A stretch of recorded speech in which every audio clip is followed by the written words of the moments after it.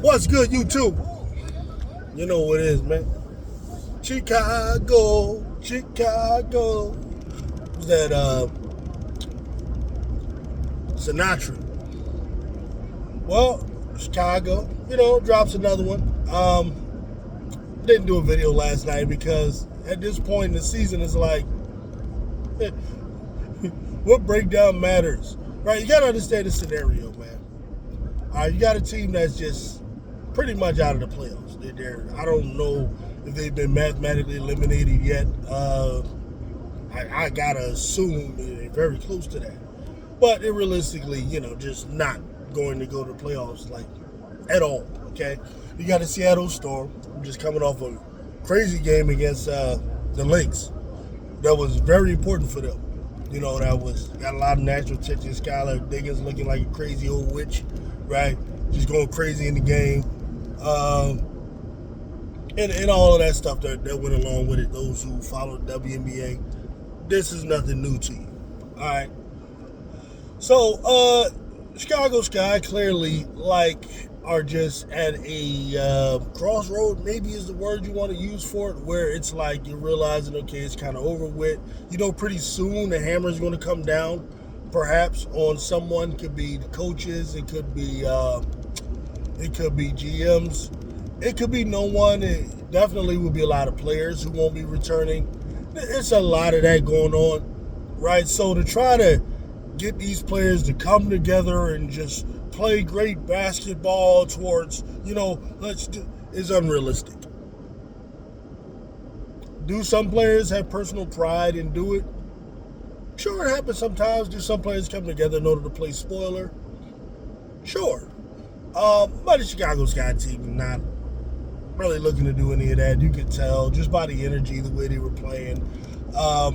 Not only did they believe they couldn't win, maybe they thought somebody could, but they weren't willing to do what it takes to win. Because for what? For what? Right? Is this going to get you re-signed? What's the point? Especially those players on one-year deals. Some of the stuff I saw in the game were just zany and just ridiculous. Uzun just being just horrible as she is. Banham being awful. Allen. Now Ariel Atkins. We got the Ariel Atkins that I've been saying all year that we don't need. This Ariel Atkins that that doesn't want to shoot the ball. That is just this team can't win any games without Ariel Atkins scoring a significant amount of points.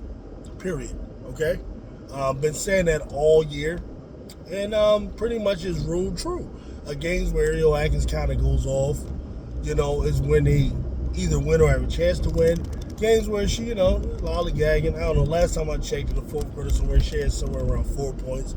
Maybe she had 6 points, 8 points. I didn't look back at it. Like, for what, right? So you had that going on. I just think the Chicago Sky team didn't care yesterday. They just didn't care, and I understand. Yeah. So really, right now it's more of a look forward to next season type of thing. The only game I can see them possibly getting up for, maybe, could be the Fever game, because it's just, whatever. If you could kick their ass out of the playoffs to go along with you, you could kind of play the devil. The devil who was already on the road to perdition, who's going to go to hell, so he wants to drag others. You could do some of that, But, what's the point? Camila Cardoso again, just, one of those I don't give a shit games. Whatever, ready to go back to Brazil, go to Rio de Janeiro, maybe, take the family out, hit the beaches, just spend some of the money that she got, on her family, man.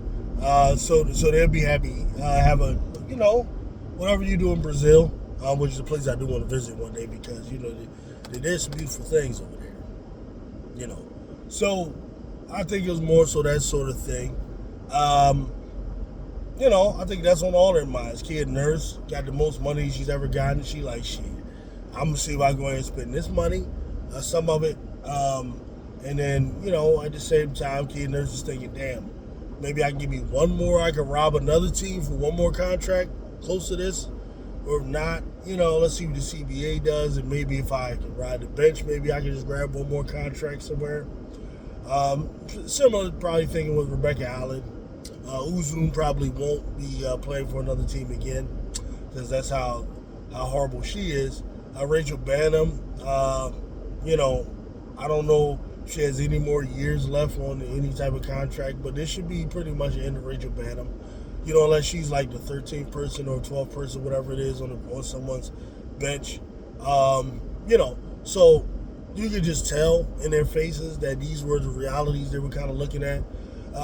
They probably already may have started packing up, because I don't know how many more home games they got, so how relevant it is, I don't know.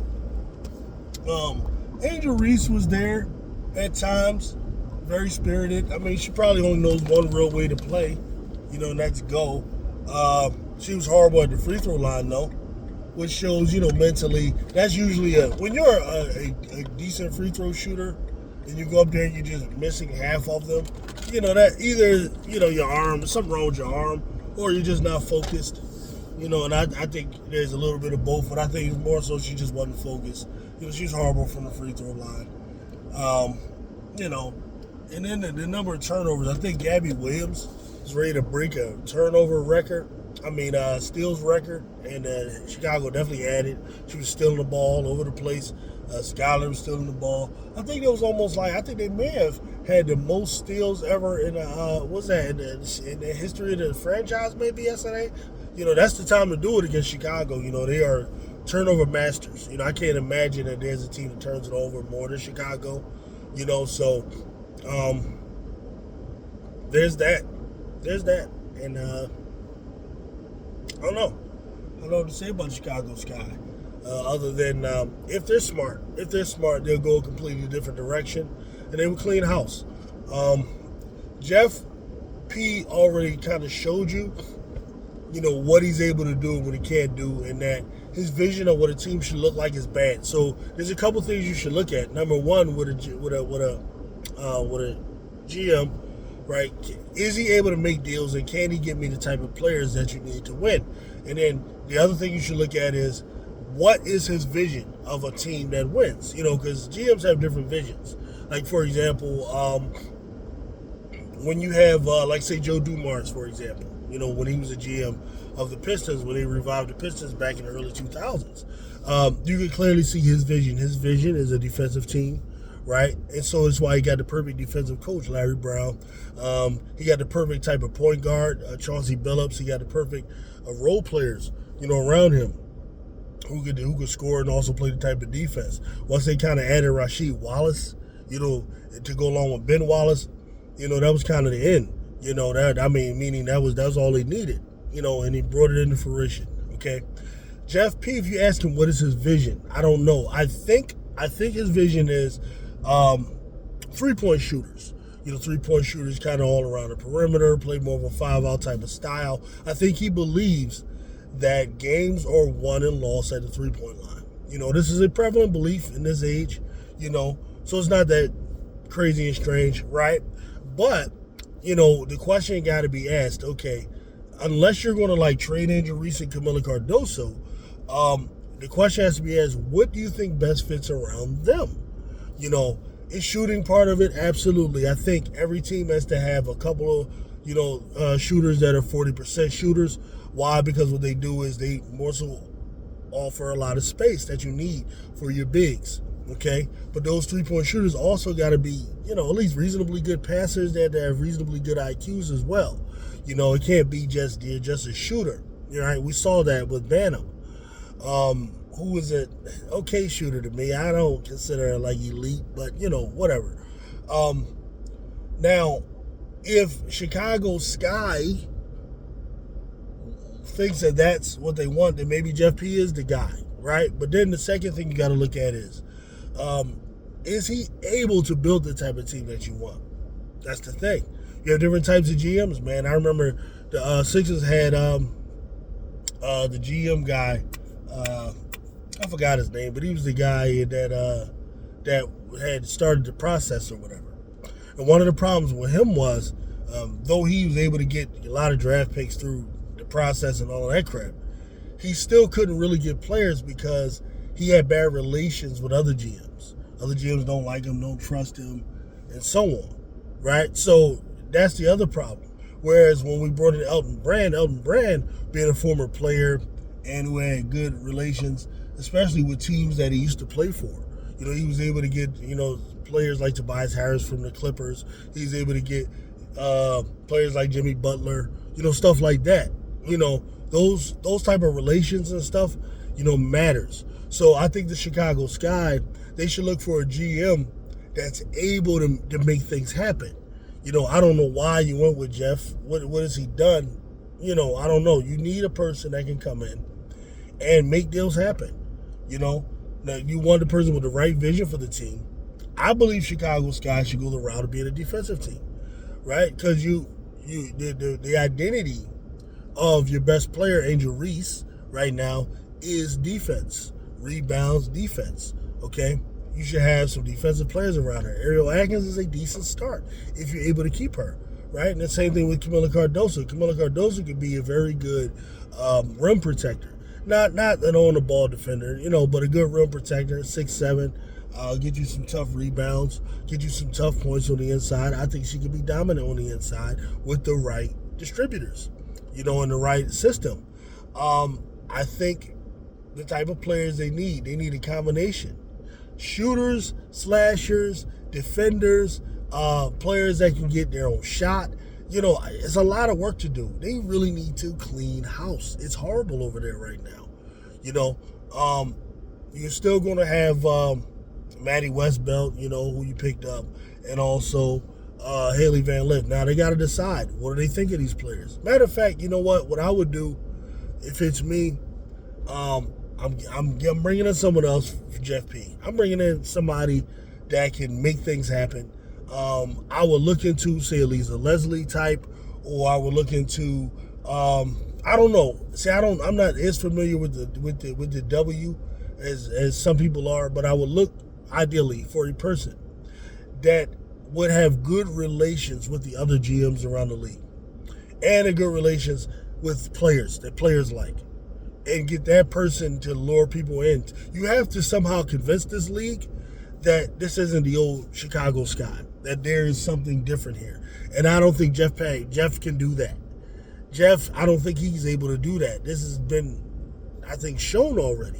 So you got to bring in someone that can convince them, hey, it's a new day, there's a new sheriff in town, this is different. You got to do that for a couple of reasons. I think, number one, to be able to do what I'm saying, build a team around Angel Reese, and then number two, to actually keep Angel Reese, keep her, at a certain point, she's going to kind of see what's going on and probably not like what's happening and want to move on.